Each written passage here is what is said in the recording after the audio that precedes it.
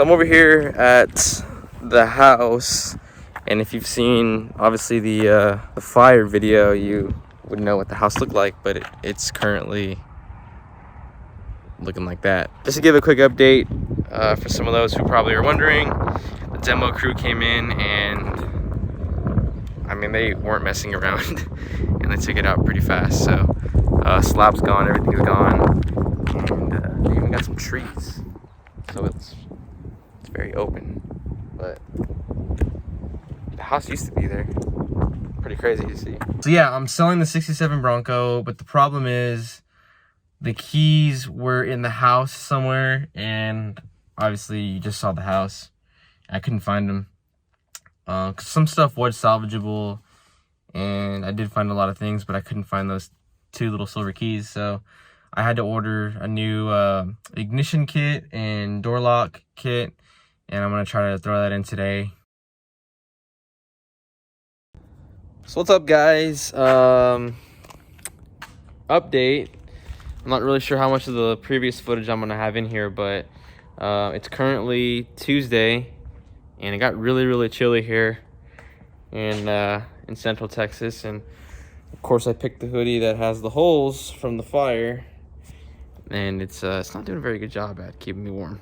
So basically, I bought a factory replacement ignition cylinder lock kit from Tom's Bronco Parts. The person who restored the Bronco before I purchased it didn't use a factory replacement piece. They used, you know, more of a generic part. So I had to order the right ignition that was compatible with this, because it was going to make it a lot easier for me to swap over. So I'm going to try to do that. I'm going to finish the door lock and put the panels and stuff back in. I also have to secure the hard top, because like I said, it's just sitting on there and it's not really secured. So I'm also going to try to start it up. I'm probably going to need to charge the battery. I don't know if the battery's still good. The battery tender's on it, but it's not showing. Did I say battery tender? Swipe right. Battery tender. That's on it. I'm not sure if that is keeping it charged or what, because it's not showing that it's fully charged, just showing that it's charging. So I'm going to see if that battery is any good and then figure it out from there. I'm also going to talk a little bit about my 2021 plans vehicle-wise. I know I teased you guys a little bit on those, but yes, if you're unaware, I am selling the 67 Bronco that I purchased maybe 5 years ago, right after they announced the 2021 was coming out. I found this one out of Miami, and I picked it up for a really good price, and it's probably worth double what I paid for it. So I'm gonna list it for sale, because like I said, we have a couple other things planned with another Gen 1 Bronco that I haven't really told you guys about yet, but I will tell you soon. This one's gonna be hopefully sold soon. I've had a couple people come look at it.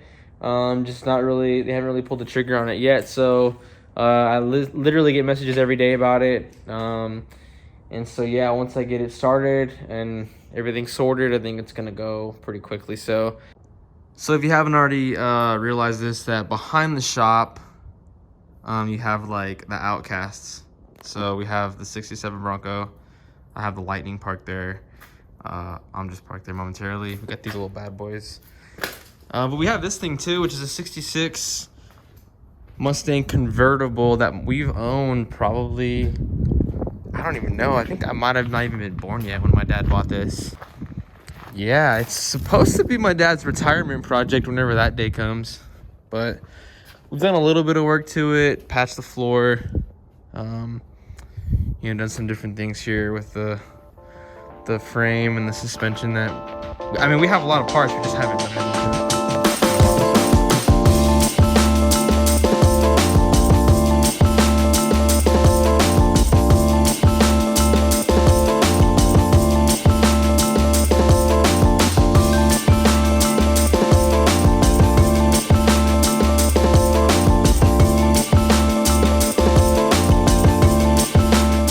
Doors back on, back together. Everything's looking good there. The other one's already fine, so it's just a matter of figuring out the ignition swap. So If you didn't notice, this time I'm using hand tools. My dad has all the power tools and he's not here, and so I don't even have a light. I might have to actually like not even record and use my phone for light, because I looked for a flashlight in the shop and I think they have everything with them, so it's gonna be very annoying, but we'll figure it out. I'm gonna do a little test, and yeah, accessory came on. The switch here. I have lights down here. Let's see if those come on. As you guys know, well, I think you know, I obviously ordered a 2021 Bronco. Made my reservation unveil night after the site crash and all that, you know, was fixed. Obviously couldn't get a first edition because of that. But basically I have already ordered my 2021 Bronco, and my dad ordered his the same day. Unfortunately, I like the 2021 Raptor a little too much, and I'm teetering on the edge of, do I cancel the Bronco order and order a Raptor?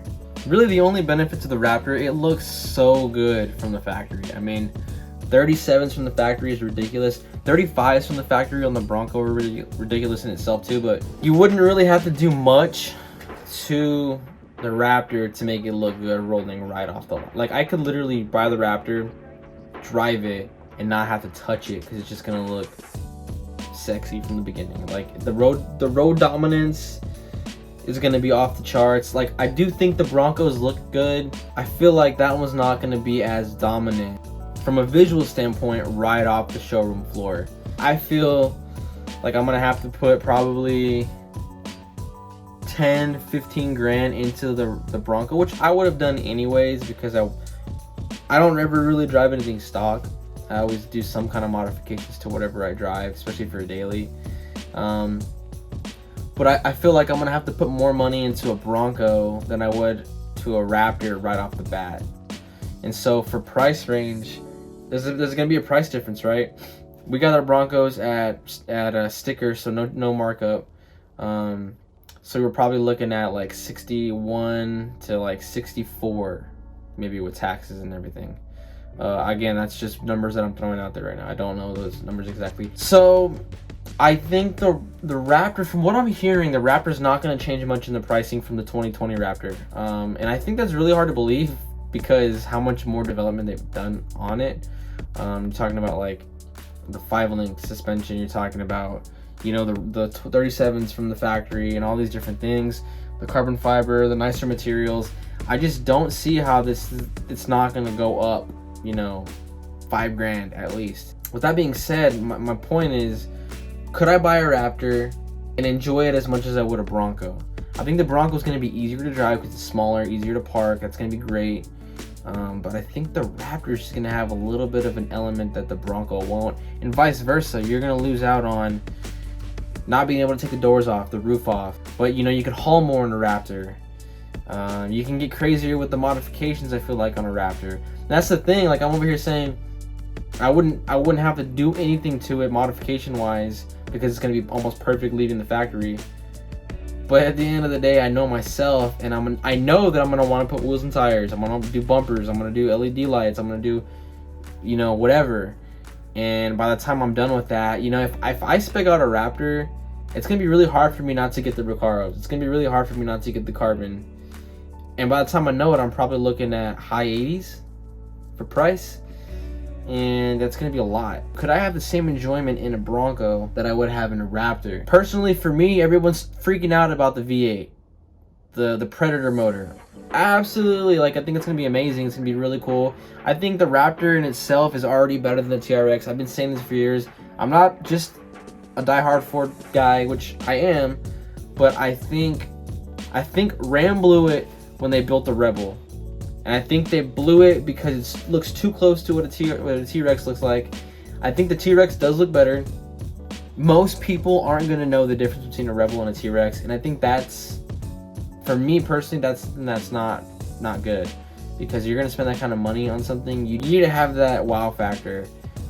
I think that's the problem with the T-Rex. The F-150 Raptor is perfect because it's not something that looks just like it.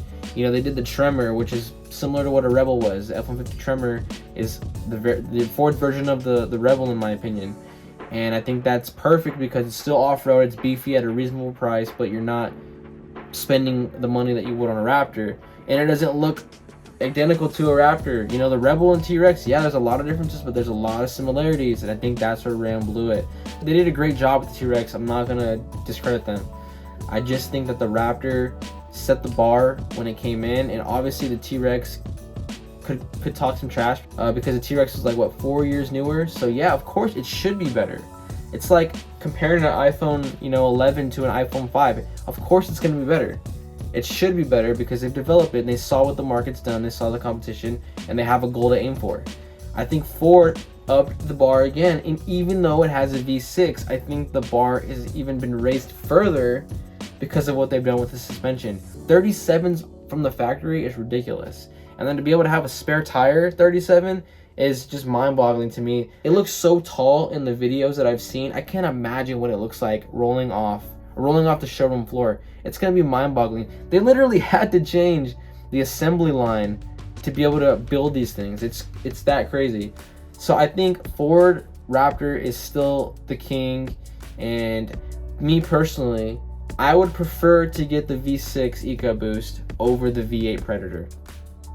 The reason being, I hate putting gas. I know I can afford gas, but I hate stopping, especially right now because I'm having to commute further because of, you know, the house situation. But I hate stopping and putting gas. I hate, especially in the winter and especially in the heat of the summer. Like, it's just, the inconvenience to me is what kills me the most. It's just one of those little annoyances for me, right? Everybody talks about the worst thing about owning a G-Wagon is putting gas all the time. And I say, well, if you own a G-Wagon, you can afford the gas. It's not about affording the gas. Like, I mean, it's just having to do it regularly. And I think with the T-Rex, people are getting like, what, single-digit numbers? It's not a daily driver, so I don't really care. But for a daily driver, I think that's super annoying. So I don't know. Like I said, I'm teeter-tottering back and forth with it. Can I still put stuff in the Raptor and throw a camper on there with the tent? That's what I want to do with the Bronco. Go camping. I want to go. You know, we live in an area with a bunch of lakes. I want to go kayaking and stuff like that. I can still do that in a Raptor, but I don't know. Let me know in the comments. I already did a poll on my Instagram at 7thgear_ the day they unveiled the Raptor, and it won by like not even close. It wasn't even close.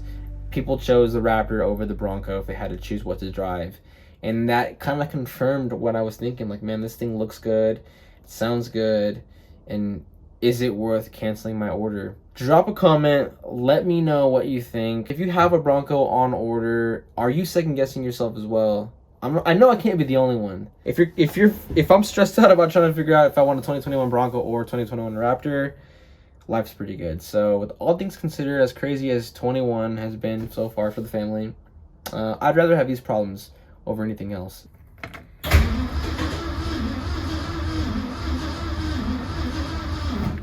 So guys, obviously, like you could tell, the ignition swap went well. Everything's working there perfectly fine. I think the battery's good. It's just super low that it completely drained that little portable jump starter, so I had to actually go put the battery charger on it, and I'm probably gonna let it sit for a couple days, and then try it and see if it holds a charge. But it did crank. It started to crank. It just cranked very, very slowly because it probably was running on low power. But yeah, that's positive. So I'm not gonna go buy a battery tonight. I'm just gonna let it charge for a couple days, see how that goes. Throw the battery tender. Overall, productive day. I'm not gonna put the top on since I have to come back. I'll probably just do that Saturday. If you're as curious as me to see if this thing's gonna fire up, definitely check back later in the week.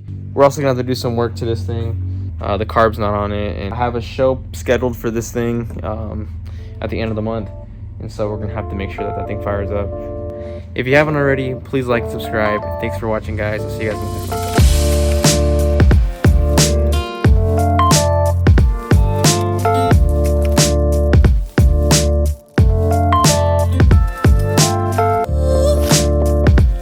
Drained the little portable jump the little portable little what?